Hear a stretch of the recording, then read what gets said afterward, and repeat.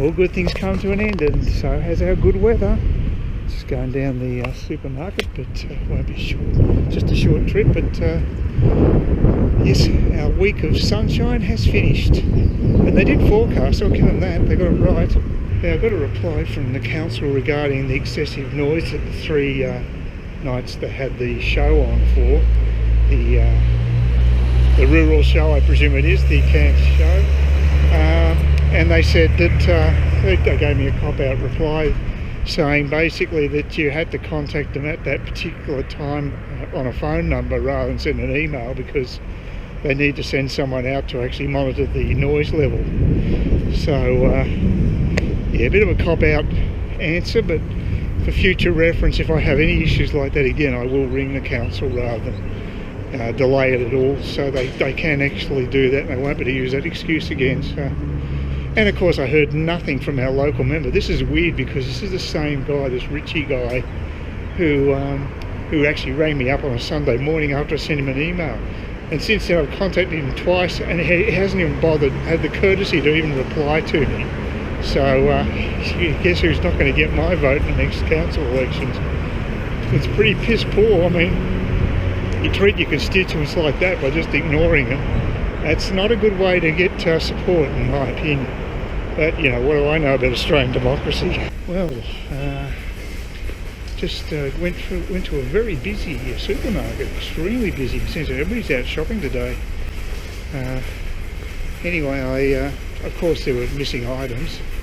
The condensed milk still isn't on the shelf, hasn't been for weeks. But they did have the toilet paper finally in stock, one I like. So that was something. Yeah, so I've been doing a lot of retail therapy. Finally the wind's gone down. Been doing a lot of eBay shopping the last couple of days. Stuff I've been meaning to buy for a long time. They're not expensive items, it's just that I've been too slack to get off my ass to do it. And the most expensive item was actually the pants. I bought myself a pair of shorts. I've never done that online before. Cargo shorts, so they got all the pockets, heavy duty apparently, and about 28 bucks I think they were. So if it's heavy duty, it's probably not a bad price, because you do pay for the quality of the fabric you've got. If it's a bit thicker, that's fair enough. So I got that. I got myself a webcam with microphone, because I can't use Skype on my desktop computer, which is a bit of a pain. So that's a bit of a luxury item. The other one I've been putting off for a long time is getting a decent tripod for my camera. So I've actually flashed out and bought one of those. I think I can't remember what I paid. I think I got a decent one, so it's about $60 something. It's actually quite light, which is pretty important for travel. So that should hopefully improve the photography a bit and get some really nice shots around Seville. It's such a beautiful city. So I might test drive it down the Esplanade here before I head off. So that'll be good. I also got myself a case for my tablet, 10-inch tablet, the Lenovo tablet. I bought it only cost me about 15 bucks or $14, and but I think it'd be a better quality than the one I bought previously. They're quite good designs in that they not only do they protect the actual tablet, they will fold out so that you can actually mount the screen on an angle so you can watch it, and it'd be good for planes, for instance. Only downside is I don't think the Lenovo's have got very good audio output, so with all the plane noise and what have you, I've got supposed noise cancelling headphones, expensive Sony ones, but I don't know if they really work. I've tried them before. I'll give them another go and see how it goes, because it's going to be important with that, because Lenovo's don't have much grunt. Although I'm going to buy an upgraded version. Hopefully that might be a little better. But of course these days everybody's so risk averse, they're worried about causing damage to your ears. You always get messages on the screen and things. Crazy.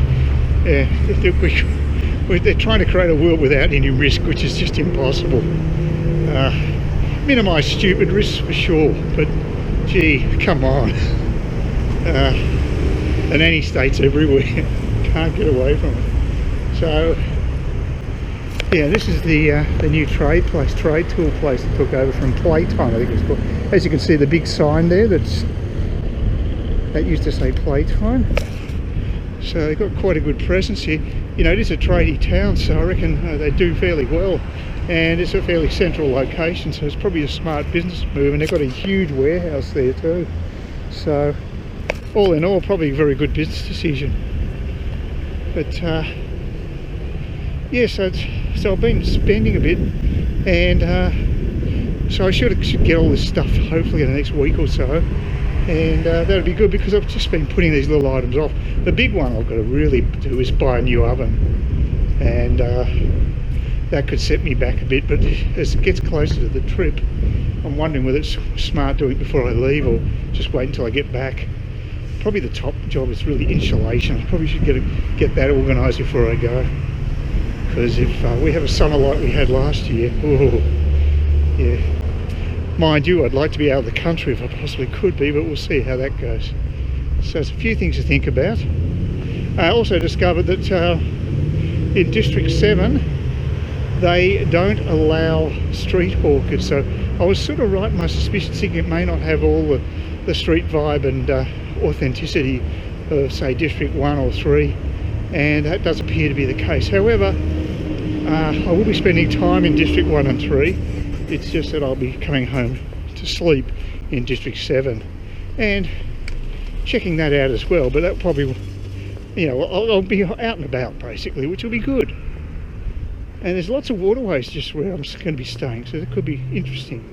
I don't know if there's any footbridges, unfortunately. I think it might be you have to go the long way around to get from point A to point B. So that's one of the downsides, but it's quite an attractive area, and there's no doubt quite a bit of parkland. So it's going to be interesting. But before that, back to good old Seville. And my major concern there, of course, is the grand final, whether it will be covered.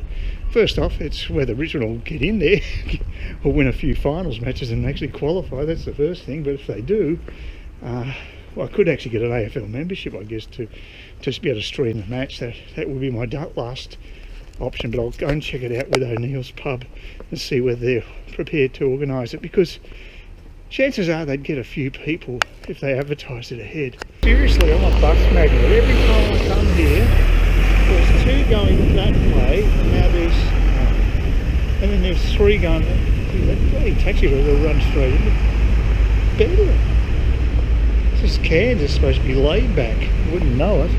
Yeah, that Cairns taxi guy almost ran into me. Yeah, two buses going across that way, and then 3 buses the opposite way. I reckon they're out to get me. They're never there when you want to actually catch a bus. Lazy Wednesday in Cairns, creeping slowly towards my big trip. Got another 5 weeks off. So, counting the days. There's all these people here, like a lot of kids hanging around. I don't know, this has been happening since the show, about the last week. I don't know what the story is. Yeah, word about the media here. The Cairns Post sort of annoys me a bit, because a lot of the time they will not, well, 99% of the time these days, they won't show you the full article. If you click on the article on the web page, it won't click through. It'll just say that you need to be a subscriber to get the full details. And I mean, that's fine if it's just puff piece stuff, which a lot of the stuff there really is. But sometimes it's about weather conditions, which actually affects people's safety. And even in a situation like that, they can block you. And I think that's totally irresponsible and pretty poor when it comes to the, you know, looking after the people in the area. So I think there actually is an alternative, and the offices for this alternative media company is actually across the road, the other side of Mulgrave Road to where I'm living, and it's called I think it's called Tropic Now. I'll put the link up anyway. And they don't have daily reports. That's the downside, but the good thing is you can actually read the whole article online. There's none of that crap about blocking you and what have you.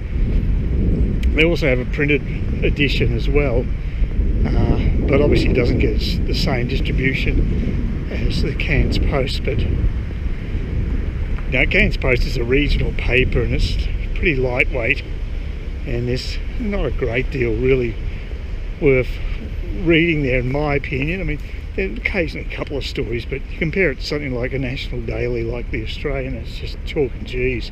It's aimed at a different market, admittedly, but as I say, my bugbear is that they are so ruthless to try to get subscriber money out of people that they even block stories that really should be distributed to everybody. Like I say, if you've got inclement weather occurring, you need to tell people about these things. That's not something that should be just for subscribers. It's like if there's a bushfire risk on your doorstep, so we can't tell people about that unless they're actual subscribers. That's bullshit. That is wrong, and it shouldn't be allowed. Actually, media shouldn't be allowed to do that. There should be areas where they're stipulated to have to actually tell everybody about certain situations. Anyway, that's my little soapbox spiel, but maybe tropics now might take off, which would be good. Competition is never a bad thing, but I guess it's not a big market here, so they might be a hard ask for them, but at least they're trying anyway. They seem to only have one reporter, so it's a pretty shoestring operation, I'd imagine, but at least they're having a go, so good luck to them. Please consider subscribing to my channel if you think there's anything there of use to you, or entertainment or whatever, and either do that or give me a thumbs up, or if you're feeling really energetic, do both. That'd be great. But please don't ignore me. That's the worst thing you can do on YouTube, is be ignored.